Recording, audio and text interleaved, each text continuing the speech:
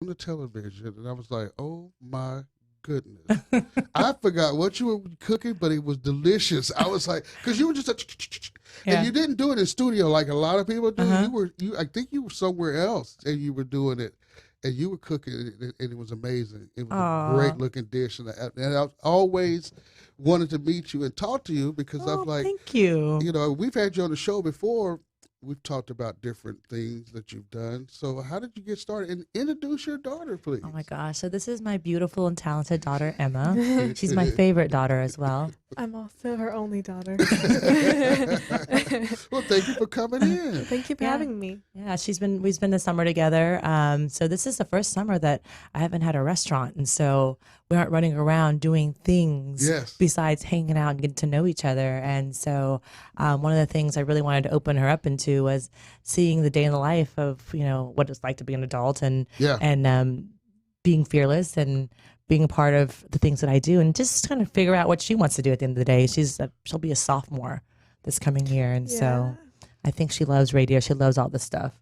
Yeah. So, do you see your future as a broadcaster? Or you see your future in cooking, become a chef, restaurant? I honestly could not tell you. We had the same discussion during the Cherry Bomb podcast, and I really I have a lot of hobbies, but I don't know exactly what I want to do. I really do enjoy writing, so maybe something in like journalism or like news, but I'm not sure. We could use some new people in news journalism. Trust me.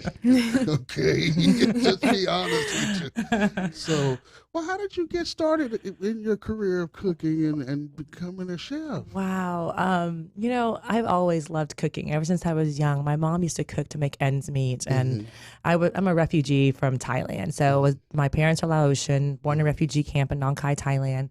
They named me Uno after United Nations organization, so the UNO. So there you go. cool. Yeah, I feel like you made that up. I could not possibly make this up, guys. So we came to America, and my parents just worked 2 or 3 jobs, and my mom always cooked. And so the memory of that, and because they cooked so many jobs, they worked so many jobs, my sister and I would have to cook for each other too, in addition to watching my mom cook and being her sous chef and things. And so in the back of my mind, I always enjoyed that. And we would be home alone watching, the Food Gourmet and Julia Child and things, and pretending like we had our own cooking show using the contents of mama noodles as like roasted chicken. There's the noodles, that's pretend. So anyway, long story short, my parents kind of encouraged me to get into a professional job of some sort that had 4 walls. Air conditioning was very important, in an office. And so I became a banker. So I was a banker for 16 years. I don't know why I discounted 16 years with Citibank and Wells Fargo.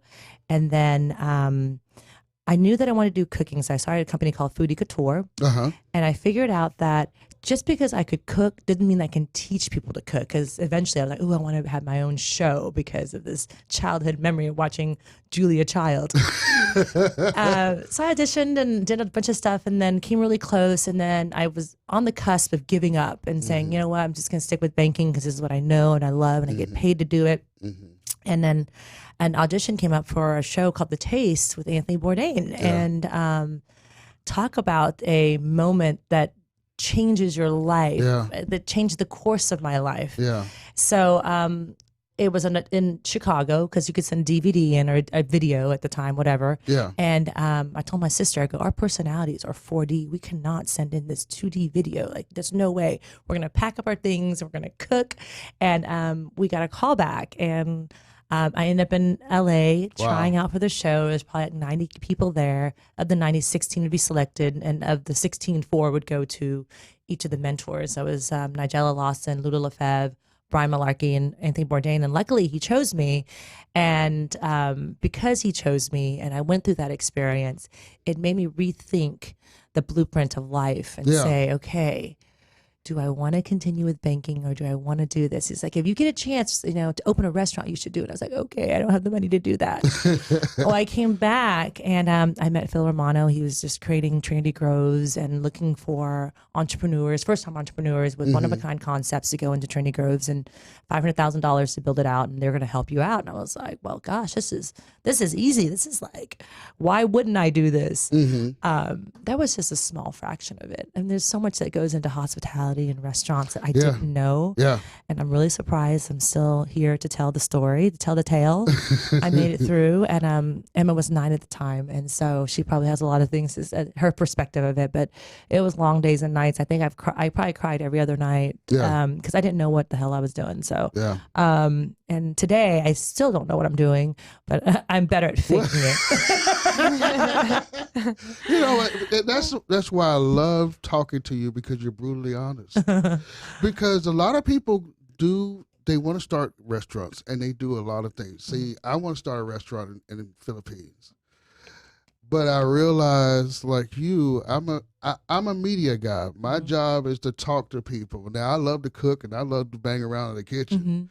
But if I opened up a restaurant, it would be a disaster. Trust me. Oh, I don't know. I mean, I think that it's the tenacity that you have, the will to kind of keep on going. It's like it's only temporary. You know, people always say, you know, you feel bad. Like it's a feeling; it'll go away, and that's how I kind of see it. It's like you kind of work through it. You know, to get to Sunday, you got to go through Saturday. That's you know, true. and I remember, like, gosh, Saturday night service is just kicking my butt, and then I have to have brunch in the morning. You know, we got to prep a whole new menu. I was like, what is it all worth? And you actually have to analyze it, and you start to figure out the inefficiencies. And having a finance background, I really had to figure out, you know, how do you make money right off the bat? And thankfully, Chinatown made money the first month that we opened, but towards the end, it was kind of a struggle to, you know, we were breaking even, and we had to think about, okay, well, how did we lose guests, you know, and you have to have that self-talk, that brutally honest self-talk with yourself of, was your food good? Was your service good? And, you know, whatever Yelp reviewers can give me, I think that I'm even worse on myself, you know, about how can we be better. And then as I started a new concept, I started doing Red Stick stuff. It's a fast casual. I don't know if I'll go to full service again, but this fast casual concept, I think really worked for me. If you're looking at being able to create something and maybe potentially franchising at some point and having some time to do the things that you love, because I love traveling, I love eating, I love hanging out with my daughter, but I also love cooking and making people happy. So how do you do that in scale? And so I figured, you know, Red Six is the venue for me to do that, the avenue for me to do that. And then in addition, I mean, I'm doing Chef Uno Branches consulting, and I'm able to take some of those ideas and implement them in other companies, other national brands. And so I'm still figuring out my way, but it's been an amazing journey. And I told my sister yesterday, I was like, I wouldn't change one bit of this. Oh, yeah. All the struggles make me who I am today. Exactly. Yeah. Exactly. You know, this is a story I don't very tell a lot of people. When I started in the radio, I struggled. I mean, I literally went to school for a year with no electricity. Oh my gosh. I had a dog. No Where were you living? Living down the street, actually. Oh my gosh. Yeah, my first part of my adult life, I grew up around Halton City. I did too. Yeah. So, but yeah, I was washed up. I had been in the IT field, making pretty good money. Got laid off, and I was like, what do I do? I can't go to computers. Yeah. I have no electricity. No electricity. I have a dog. I have a house. I can't lose any of this. You're like Steve Martin. I got my dog. I got my lamp. My lamp doesn't work, but I'm taking it. It was, but you know that again. That's what made me. That's what pushed me to drive. I started off in broadcasting as a van driver. Wow. I drove a van for KDL, the Texas Party Station. And then that's a long time ago. How old are you, Sean? You look like you're 30. Well, thank you. I wish I felt like I was 30. So, but yeah, that you know, things like that. I don't think people realize. You know, they see celebrity chefs and they see them on TV. They see the things they do, or they go out to their restaurants and stuff. Right. I don't think they realize how much work it takes to become one. Yeah. And then how much work it takes after you become I think being an entrepreneur, you know, it's everything's about intention. Yeah. Like this is one of I have two favorite quotes right now. It's the devil's in the details. Every single detail of opening a restaurant comes from somewhere. Every single detail of this room comes from somewhere. You know, what color is this paint going to be? What tiles, what plates, what spoons, you know, how many ounces of sugar goes into this one little recipe so that it's right. I mean, it's a lot of work, and I don't think people consider that when they sit down. You know, I don't take any moment of that for granted. And but you got to be better than everybody else, because Dallas has so many restaurants per capita than any other city, I believe. Yes. And so how do you become better than mediocre? Because if you aren't good, you'll just go next door. There's somebody else doing what you're doing. So you can't just sit down and say, you know what, this is good and I don't care, I'm not changing it. You've also got to listen to your guests. That's one of the things I learned about being in the restaurant is that at one point I wanted 80% of the menu to be me, a chef-driven menu. Like I'm going to give people what they want because I know. But once you look at your product mix, you pull the numbers up and you say, okay, it's just not selling. I really thought that this fazole, which is pho plus pozole, because it's Asian Mexican at Chino Chinatown, is going to sell, and it was on the bottom. I was like, why is it? Is it the name? It's delicious, but you just eventually you evolve and you say, okay, what does the customer want? What are they willing to buy? And what's the demographics that you're serving? And if you can figure that out, then you become 80% guest driven and 20% chef driven. But the 80% that is guest driven is going to be the best guest driven things. Like people, I think when I had an interview and someone said, well, I looked at your menu, it looks like you have, sweet and sour chicken on there. That's not a real authentic Chinese dish. And I said, well, I'll tell you what, I go, that's the best sweet and sour chicken in DFW. So that's where I want to have the litmus test. It's like, if you're going to do something, do the best that you can. I mean, just like you said, that burger at Alley Cat, it's like, how do you make it the best burger? Because there's so many burgers places and people have an idea of what they think a good burger is. And so how do you make it better? Or how do you mimic what is good by using good ingredients and good products, right? So, there's a lot that goes in with it. And I'm proud to say that I'm still standing today and hopefully get to, I'm building 2 Red Sticks this year.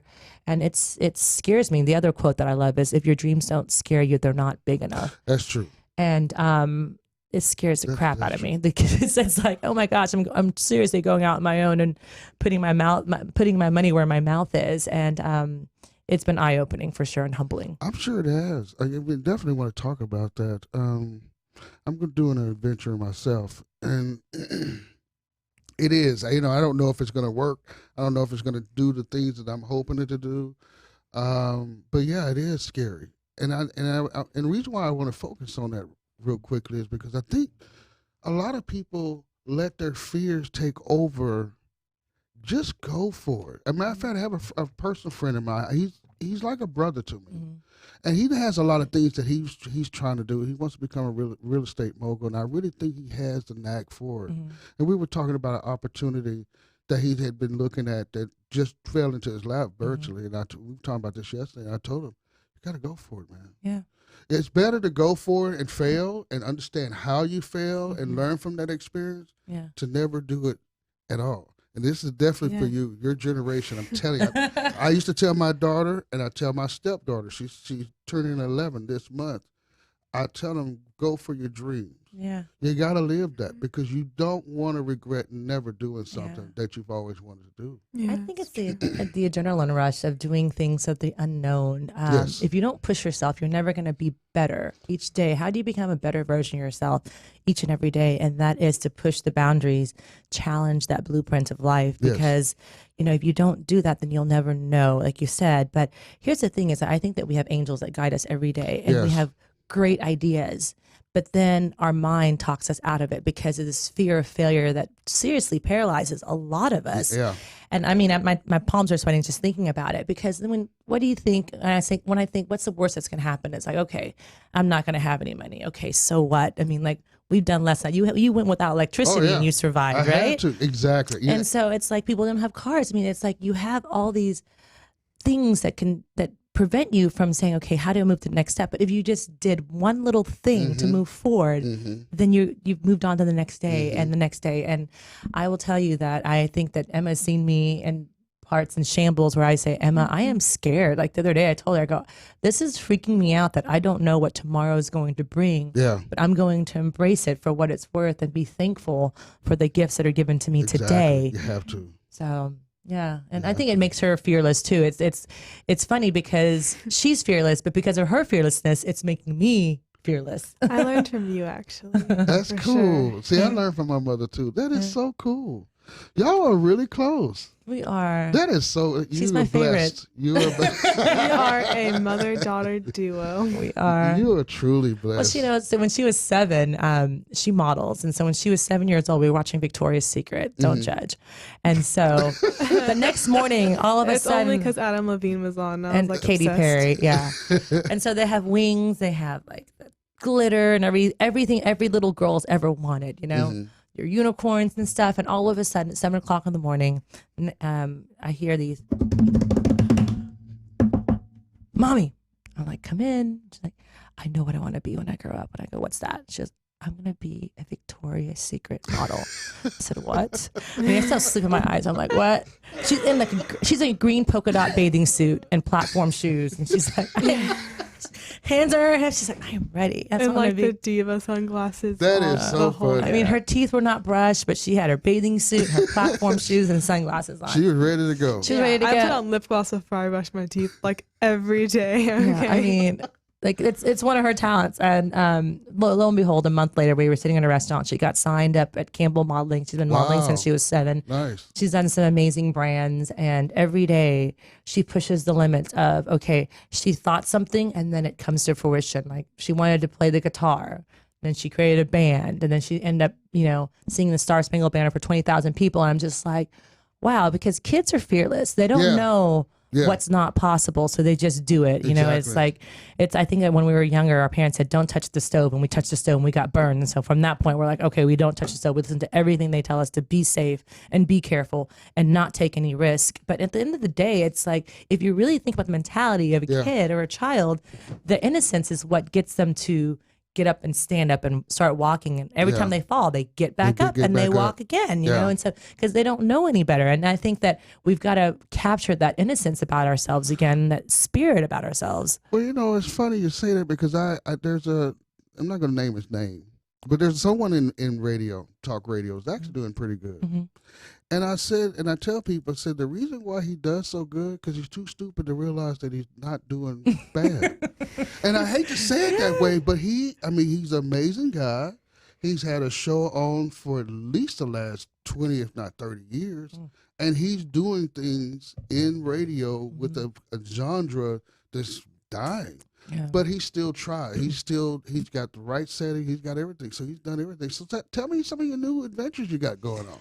Wow, right now, Emma and I are just traveling. I think that trying to figure, so Red Stakes and Legacy Hall closed, and that was a proof of concept for what we're doing the next 2 locations. And so I didn't expect to have this long of a lull. Construction's always delayed. Mm-hmm. And so I'm embracing that because I think that people look at it like, oh, I'm antsy, I want to do something, right? And so for me, we've been cooking every night together. I meet with my team once a week, and we test recipes, and we test it until we get it right. And I'm so excited about getting on that. Yes, for sure. I will have to invite you over. Absolutely. But like, we get it down. Like, I can tell you, we probably made pad thai about 20 times until I got it right. And then my sister sends me something, an inspiration where someone wrapped pad thai in a really thin egg omelet. I was like, oh my gosh, that'd be delicious. Instead of a egg on top, you have it in this egg burrito with pad thai in the middle. So anytime I get inspiration from the travels, I go back and I cook it, and I think about the recipe and how do we make this in mass? How do we make the recipe easy enough to where it cannot be messed up, right? Down to, like I said, measuring every ounce, every pound of things. How long is it on the heat? How hot's the heat? It's very specific. And I didn't do that with Chino because I didn't know, right? Yeah. And now it's like, how do you become consistent? We just ate at Chick-fil-A on our way to the show today, and there was a line around it. I go, Emma, how do we get to Chick-fil-A? Like, how do we get a Chick-fil-A status when Jack in the Box next door is completely, there's no line. You can get in and out like that, but we're going to sit in this line for 15 minutes for chicken nuggets. So I think when I look at, reaching for my dreams and looking at how to standardize recipes and the customer experience, I look at role models like Chick-fil-A. Yeah. Model. And so anyway, we're just doing tons of travel. We're going to Spain on Saturday for 10 days. And then I'm in London and Scotland in July. Look at you. Some Austin work. And then I think we're doing Maui and maybe Tokyo in August. So we'll see. But I just cool. Want to do all the travel that I can, because once the restaurants open up, and we plan to open at the end of August, I'm not going to have a life for a little bit. And that's okay, because this is what I worked for. Yeah. and I'm ready for it. Well, how can people keep up with your career and things that you got going on? What's the best place? We just talked about social media. How can people reach out to you? Okay, Emma, as my social media assistant manager, yeah. where can people reach me? Okay, so you can find her on Instagram at Chef Uno. That's it, Chef Uno. Just straight up. And then Facebook, Chef Uno Brands. Okay, Chef Uno Brands. Yeah. And yeah, that's basically, nowadays I feel like most of her like social media stuff is on Instagram. Like her Instagram story is just like blown up. Like, you know how they have like a little bit of like those sections whenever you have like, you know, like you post like 3 things or 4 things. She posts so much that the dots are like a quarter of a She's millimeter. saying that like, I overshare. I mean, she posts so much, like there's a bunch of tiny dots, but I actually love it because like it's pretty entertaining and everybody keeps up with, like my friends are like, oh yeah, I saw your mom's story the other day. I'm like, wait, you actually keep up with that? Like you guys are watching this? She's like, mommy, please don't embarrass me. I know. She like posts me like, I'm like walking into like my face mask on. That's funny. My friends are like, oh yeah, I saw cooking the other day. And I was like, you did? Like, dang it. Wow, that is funny. Well, I think that part of the Facebook, Instagram, Insta stories is the reason I do that is because people want this transparency. That's true. It's like you're a real person, you're cooking, you have a life, you have family. And outside of cooking and having a restaurant, you also do these daily tasks like going to get your car washed. And not that I talk about the car wash thing, I don't do that, but I do a lot of recipes on there where I'm testing recipes like, hey, we're testing this, let's take a look at it. Or we're making something for Father's Day. And this is an easy recipe that anybody can do. And hopefully you inspire people. And what I love is when people look at that and then they make the recipe and then they send me a picture afterwards. I'm like, yes, I did that because they weren't going to eat this pad thai, but now they're going to make it. They didn't feel like eating that lemon bar because they're on a diet, but now they have a whole bar of lemon, like a whole cake. So that's interesting. Yeah, that's. I'm reason why I laugh because I was in search of the best restaurant style steak I could cook. Mm-hmm. I think I have burned up $1,000 worth of steak. Oh yes, Easy. Oh, yeah. easy. That's how you learn. And that's what we talk about here at Try This Dish is how we learn and how we grow. And what is your favorite dish to cook? To cook, it might be fried rice or meringue because meringue was one of the first things I learned how to cook because I saw Giada make it on the Food Network, and so we made it and then we baked it, and it was kind of like our own little like marshmallow type thing with like kind of like a really thin like hard shell, but the inside was like really soft and fluffy. Nice. And I was like obsessed with it for the longest time. And then of course fried rice because it's very like traditional, and we've like learned so many ways that we can add new things to it. Like I can make fried rice with whatever we have in the fridge. Nice. So nice. I probably make that like 3 times a week, and like my friends come over and they eat it too. Okay, they request her fried rice. You cannot go wrong with fried rice. If I come over, will you make me fried rice? I'm like, I guess. You know what I love that she makes is salmon. She makes the best pan-seared salmon and any kind of fish in general. She's the fish whisperer. Wow. Like the perfect, like the skin's crispy. Yes. And it's medium in the middle and it's flaky. I mean, she can do it with any fish. I'm just like, how do you do this? When I was training for Chop Junior, a chef from Trinity Grows that worked at a restaurant that's like all about like seafood actually taught me how to like butcher a whole fish and like sear the perfect fish. So that's kind of how I learned. But really? Yeah, now whenever we make salmon, I'm always the one to cook it. I mean, she doesn't even look like she's just touching it. She's smelling it. She picks it up for a second and then all of a sudden it's done. I'm like, I think it's overcooked. I'm like, Emma, it's going to be overcooked. She's like, no, it's medium. She'll pull it out. She's like, see, medium.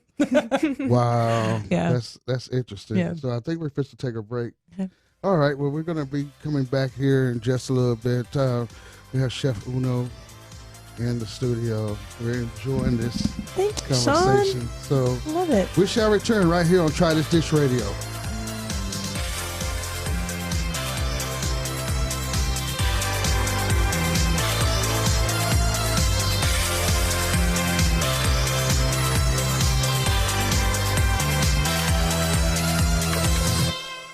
If you're trying to quit drinking or doing too many drugs, listen to me. You don't know me and we'll never meet. I had a problem like you once. I drank and used to party a little too much till it got out of control and almost ruined my life. I realized I needed help to fix my problem before it totally destroyed me. If you've tried to fix your drinking and drug problem and you know you can't do it alone, you need to call the National Treatment Advisors. They'll immerse you into a 30-day program to replace your old habits with new habits and totally change your life. And if you have PPO private health insurance, the entire program may be covered. Fix your problem right now before it gets any worse. Get clean. Call now and learn more. 800-296-1252. 800-296-1252. 800-296-1252. 800-296-1252. Are you tired of high cable TV rates? Sign up for Dish today and get a $500 bonus offer while supplies last. Plus, lock in your price for 2 years guaranteed. Call All American Dish, your Dish authorized retailer now. 800-570-6630. 800-570-6630. That's 800-570-6630. Offers require credit qualification, 24-month commitment, early termination fee, and e-auto pay. Restrictions apply. Call for details. Fast Track Student Loans can get your student loans out of default, stop any wage garnishments, stop collection calls, and stop seizure of your tax refund. Give yourself a break. Stop the stress and get your student loan payments down to as little as $25 a month based on what you can afford to pay. 800-709-4395. 800-709-4395. 800-709-4395. 800-709-4395.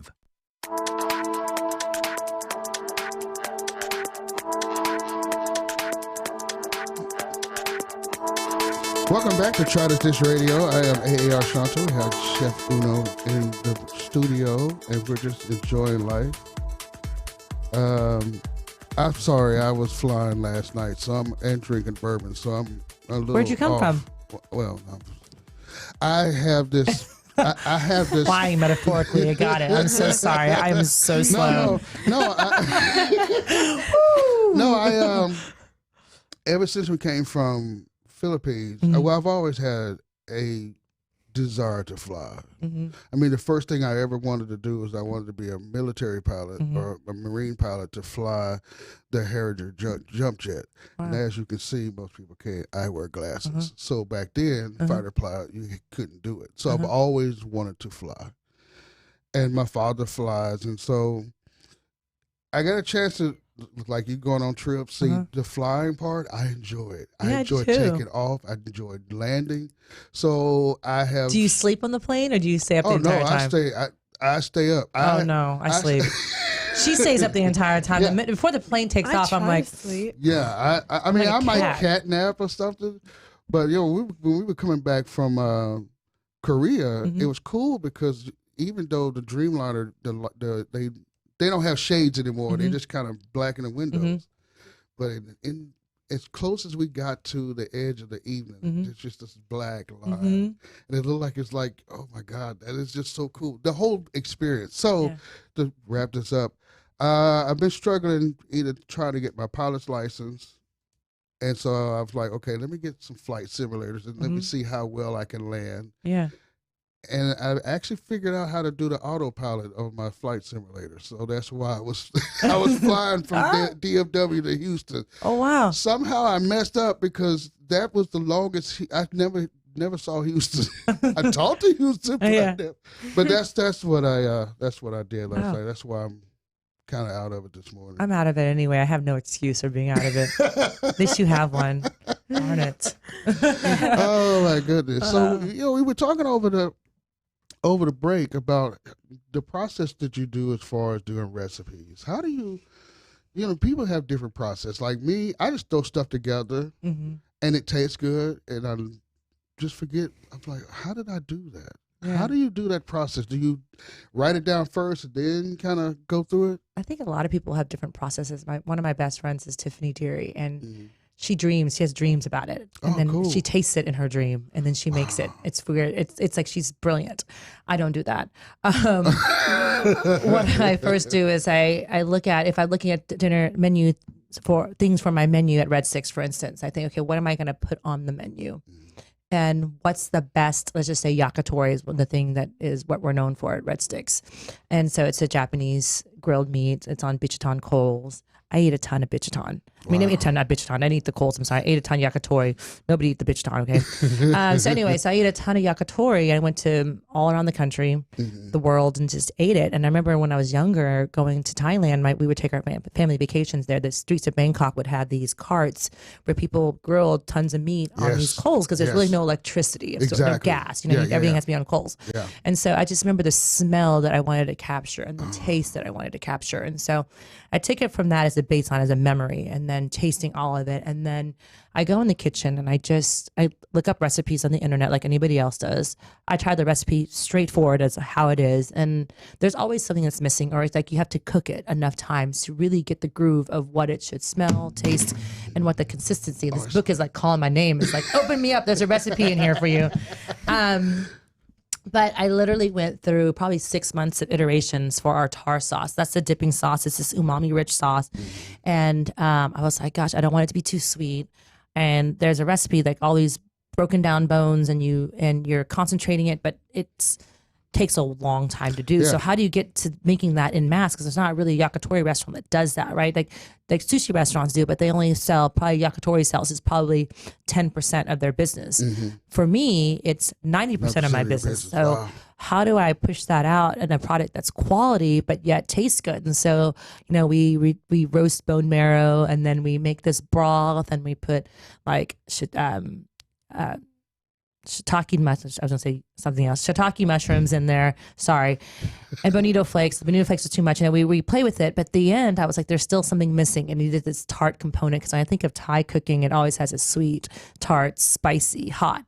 Aspect to it. And bitter. And I was like, there's a tart. It's not lime. It's not vinegar. And so at the end, I ended up adding tamarind to it, and I was like, this is the perfect sauce. It rounded out. It wasn't too sweet. It had just enough, but that also had that mouth feel that was great, and it still added to like the thickness of the viscosity of the sauce itself. And so it's those details, and you like literally you test it out, just like with our pad thai sauce. I mean, I was just like, okay, this is what I want. But when we made it, it was too expensive. I was like, okay, this is how I would make pad thai sauce if I were cooking at home tonight. Yeah. And when we priced it out at 5 ounces, it ended up being $1.20 per 5 ounce ladle. Can you imagine how much I'm going to charge for this pad thai? I was like, because you think about food costing, it's 25% is food costs, and then 25% is labor, 25% is overhead. And hopefully you make 25% profit. Yeah. But at the end of the day, I was like, okay, how do I get this down to 25%? Because I can't charge $12 for rice and some pad thai sauce. So, and some meat. And so we figured out a way to still have the flavor, and maybe not using the exact same soy sauce that I had. And instead of using the tamarind that's already made for me, taking the block and soaking it in water and doing that and blending it up. And it's taking a little bit more time, but it costs less. So anyway, you actually, you have to balance it all out, because at the end of the day, if it doesn't make money, it doesn't make sense, especially if you're an entrepreneur. Because I think the downfall of a lot of chefs is that they want to give everything away. Like, I want to cook this, and this is my name on it. But if you want to have freedom, financial freedom to do what you love and to build more restaurants, you've got to have a solid bottom line.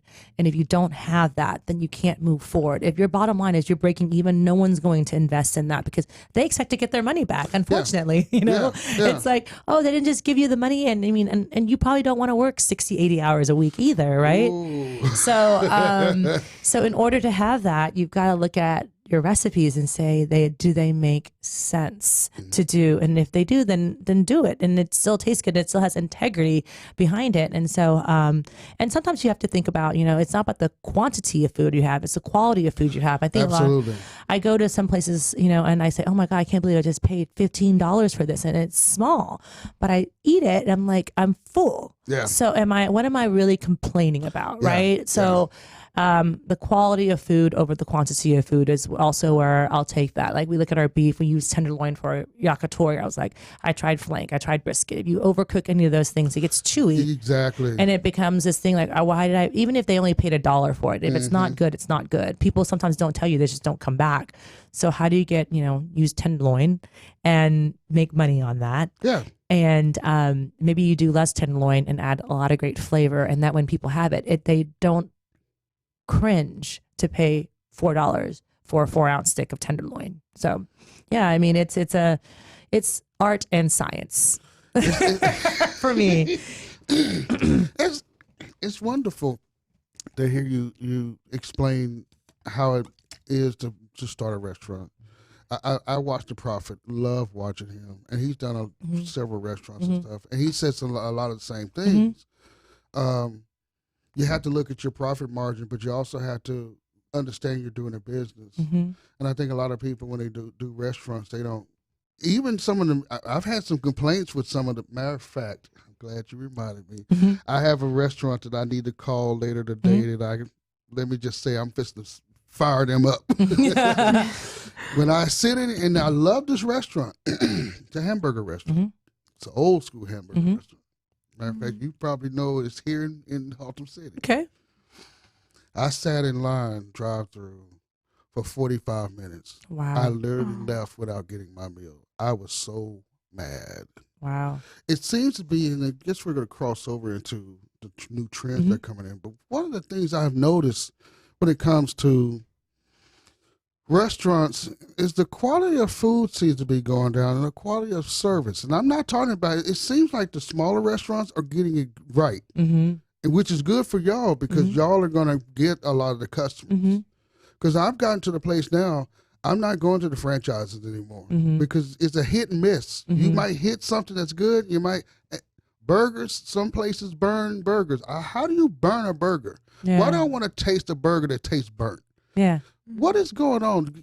Can you help me out with that? I just think that, there's a huge growth here in DFW, especially with the big corporations coming in. There's Amazon, there's Toyota, and the job market is oversaturated because people are paying better salaries. I mean, you can do Uber now, right? Oh, yeah. I met somebody that was doing the Amazon Prime delivery. He's like, I get paid $20 an hour. Yep. And then plus I get tips. And so it's better than working at a restaurant that I would have normally done. And so I think the quality of folks may be deteriorating just a bit. But what I'll say is that it is about the culture in a restaurant and how do you take care of your people.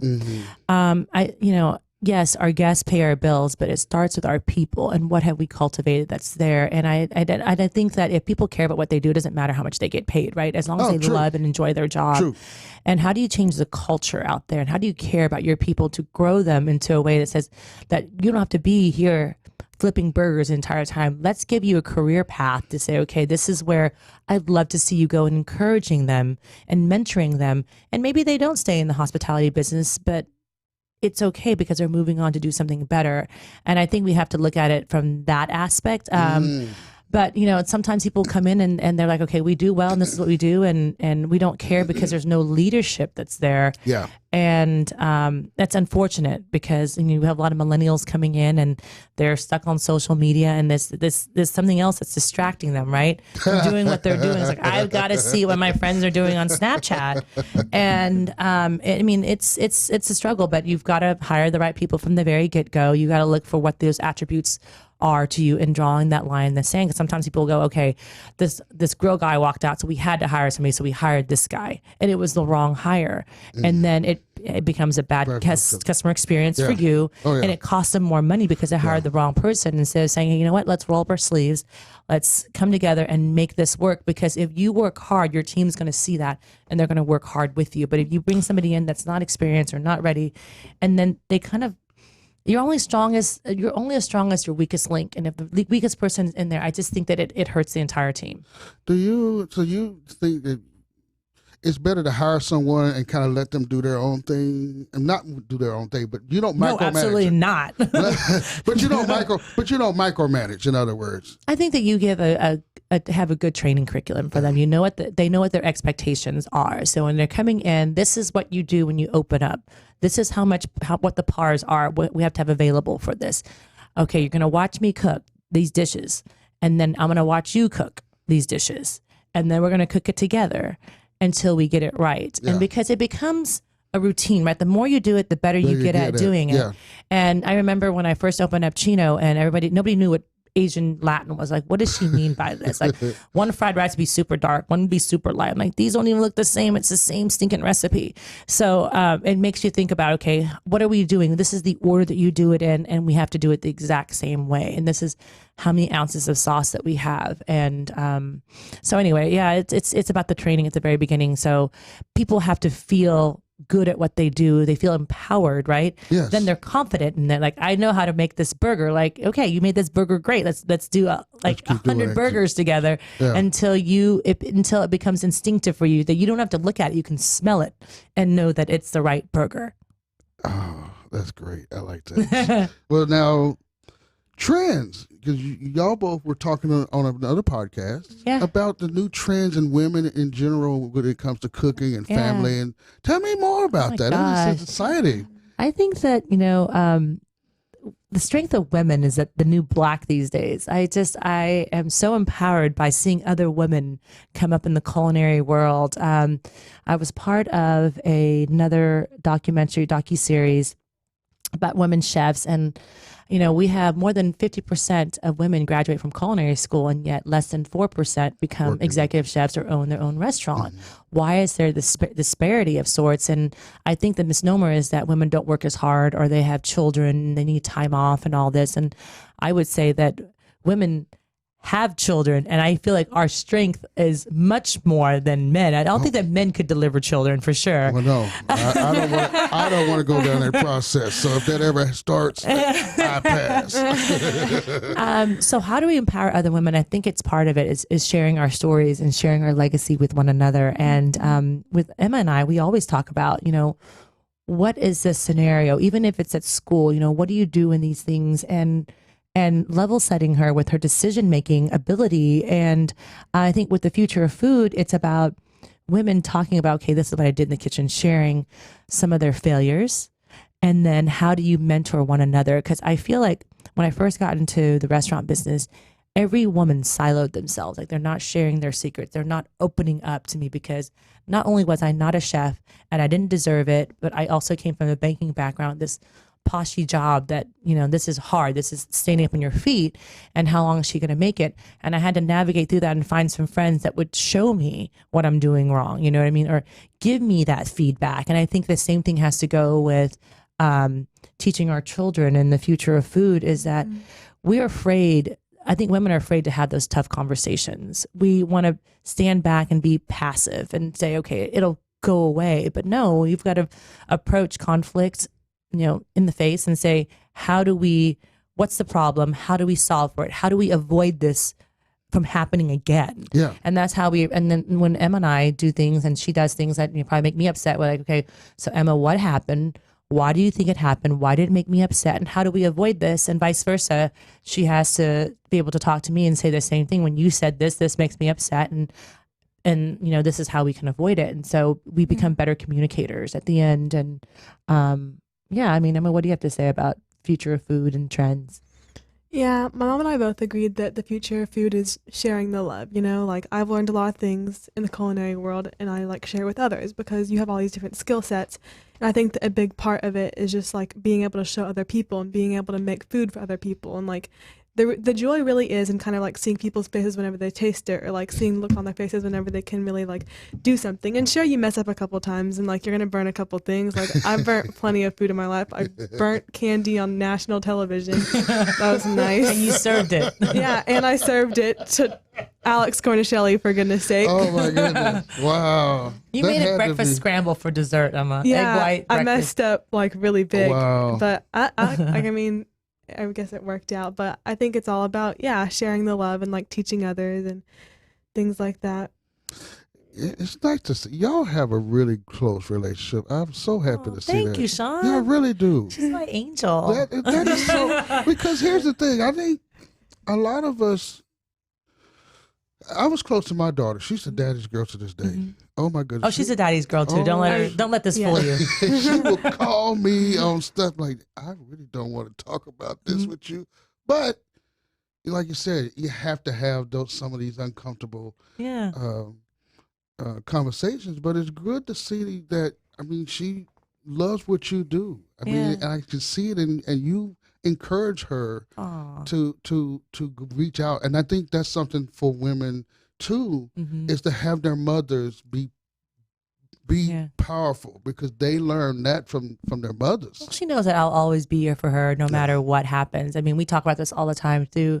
There's going to be things if something happens to her or something happens to her friends, that hopefully they can trust me enough to talk to me about it. They can't talk to their own parents about it, because there's no judgment here, right? Exactly. We all, we're in control of our own lives, right? And how we react and how we take change and things. And so how do we become a positive influence to everybody else? And it starts with us. And how do you wake up every day? Is it going to be a good day or a bad day? You choose that when you put your foot in the floor. It's like, okay, the day is starting. And I mean, I look forward to every day. I mean, every day I wake up and I say, thank you so much for the blessings today is going to bring. Yeah, and I think so a lot of today, people forget that. and I mean, it's a blessing to be here in front of you. I don't know what to expect for today, but I called my mom on the way here. She still lives in Halton City. It's like, Mom, let's go have fun. And she was like, well, is your sister going to be there? I said, no. I go, Emma's going to be there. She's like, well, okay, I'll go. I want to see Emma. I was like, thanks, Mom.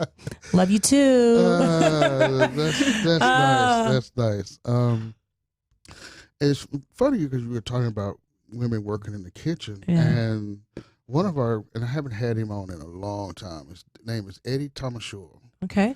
He is a master chef. Went and took the test and did all that. God, what a huge accomplishment. Yes, he's a master chef. And the first time I talked to him, he told me something that I didn't know, and I don't think a lot of people knew. Women can taste seasoning better than men. Yeah. And my wife proved it. Mm-hmm. I had been making dishes that I thought were salted and seasoned perfectly. For her, it's like I threw a ton of salt in there. Yeah. And now that I've started to listen to her, my dishes have gotten better. Good. They have gotten better. And I think the fact that, like you said, women work hard. I don't think men get it. My mother, I mean, there are a lot of single dads out there, but I think there are a lot more single moms. Absolutely. My when mother you think was a single about mom. maternal Yes. and when crap hits the ceiling, it's like, who takes care of you? It's your mom. I'm telling you right now. It's like it is. I mean, my mother, she did the same thing. I mean, I watched her struggle. Yeah. And I think that's where I got my comfortable being out of the box. I think outside the box, I always have. Yeah. And it has gotten me into trouble. Oh my gosh, it's the hustle. Be proud of it. It's a hustle. Outside the box equals hustle. Exactly. And but it does. It gets me. I've learned, the older I've gotten, that at certain points I just need to shut my mouth, because I'm very opinionated too. Yeah. And then what I do for a living, that can kind of be bad sometimes. Yeah, I mean, I had to learn to shut up and listen too. I think that listening helps you learn a lot about people. Yes. And if you actually listen to the words that are coming out of their mouth, not only do you hear the words, but you also feel what they're feeling. And I think that sometimes when people are angry, they're not angry at you, they're angry at the situation and the things that's happened in your life. And I hate it. I don't take anything personal anymore. When people go off on me about something, I'm like, were you really mad that yakitori was burnt? Or I mean, like, was it really something that you're gonna yell at everybody in front of? Yeah. But there's something that's happening behind the scenes that we don't know about. There's a private struggle behind there, right? Yeah. And how do you make it better for them? And I mean, for me, it's okay, let's get you a new stick, right? It's like, it doesn't cost me anything, but hopefully it puts you in a better mood, because you have other people you're going to impact as you go out in the world. See, and I struggle with this because, like the place I was just telling you about, I didn't start really being that customer until I started talking to chefs and people like you, because I understand y'all run a restaurant. Yeah. And y'all take this serious, so I take it serious. If you want me to come in and pay $10 for a burger and fries, you got to give me something. And so when I think about that, I think, okay, do I really want to go in there or call these people and really get at them? Because you want to give them the feedback. That's for sure what you want to do. I don't like it when people go on Yelp or they go on Facebook and they just blow you up instead of calling and talking to the manager. Yeah. And at some point, if it becomes a repetitive thing, it's just like, you can't, I mean, yes, definitely right. I think there's truth in Yelp. I don't think that, I know that a lot of chefs don't like Yelp, whatever. I think that if there's the same topic keeps on coming up, then there's some truth in it. You've got to fix it. So don't turn a blind eye to that, number one. But secondly, the first approach is to to reach out to management and let them know what's going on so they can rectify the problem for you, because it is someone, if it's a small business, it is their livelihood, because you bossed them on, and you might be you're influential. Yeah. It could prevent them from getting business in there, and it's a trickle down effect. So they should know, but I mean, because they can't continue doing, because there's a lot of people that won't say anything and it just won't come back. See, that was that person. And that's why businesses close. Yeah. Businesses close. I would prefer somebody coming to me and saying, Uno, you know what? I went to eat. This person wasn't very nice, because I need to know those things. I want to have a pulse on what's happening in my restaurant, because the restaurant is an extension of who I am. Yeah. No ego behind it. It's just like, I hope I hire the right people that care about the quality of food that they're serving, and they're nurturing people. And I've said this before, Emma, close your ears. It's like, I think that consuming food is more intimate than sex sometimes, because you think about the process of intimacy. You're indulging in something that's in your body that's nurturing your soul and fueling you. So I take it seriously. I mean, no, you're right. I mean, you can't. I mean, cooking is intimate anyway, especially when you're cooking for someone. Matter of fact, when me and my wife, when we first got married, I think that's the only thing that kept us together. I really do, because I met her on Facebook, and we kind of dated. You met on Facebook? Yeah, with her. You were strolling through, you're like, ooh, this girl's hot. Swipe right.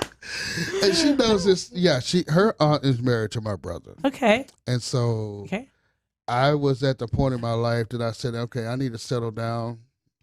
And literally, I went from my sister-in-law's Facebook page, and I saw my wife. She was on the beach in the Philippines. She had this nice cover over, and her hair was wet, and it was real curly. And I was like, that's her. That's my girl. That is her. It sure did. Oh my gosh! Love at first sight. So what'd you make for her? We make all kinds of stuff together, but she likes me grilled. She likes to grill stuff. But when we first got together, it was just hard because we weren't used to each other. I hadn't been in a relationship and lived with a person in the house for almost 19 years. Wow. So that was a little bit getting used to having her there and just a lot of things, but it helped.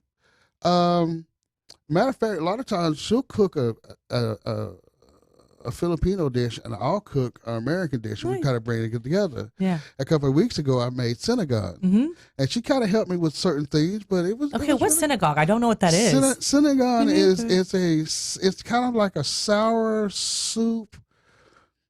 It's got you can do it with you can do the collard greens. You put some meat in there. Usually, what makes it sour?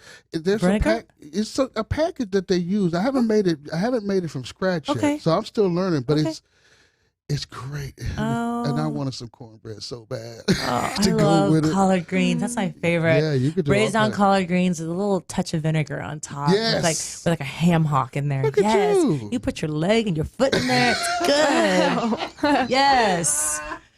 You must have been in the kitchen when my mother was cooking, because she sure does. I love that stuff. I mean, gosh. But the older you get, I go back to those foods that I love.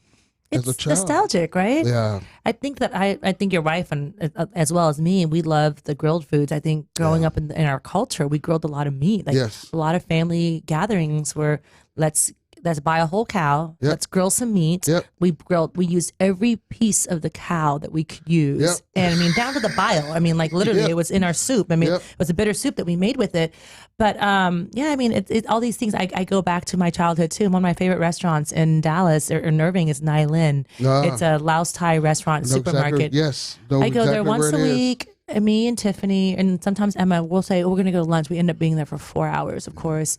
But it's great because my mom doesn't cook as much anymore. Her taste buds are kind of off. She's like she has no seasoning on her food right now. So I'm like, okay, we're gonna go somewhere else.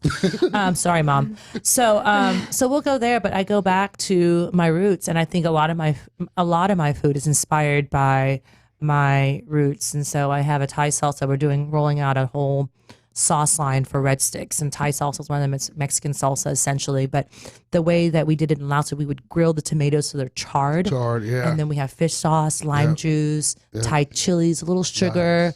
And sometimes you roast eggplants or something in there and you blend it all up together, and then you fold in like the cilantro. And it was so popular, and it's on a lot of our dishes. And anyway, so to the point where like we're going to start bottling it. Wow. Well, we're almost out of time. Okay. How can people see you again and hook up with you? Yeah, find me on Facebook, Chef Uno Brands, or Instagram, Chef Uno. We also have Red Sticks Asian Street Food that's on there as well. I have a website, chefunobrands.com. You can reach out and if you want to connect that way as well. So Absolutely. Thank you for having me. I have to have you again before the open of a restaurant. Of course, I would love that. Absolutely. Well, this week we had a really good show.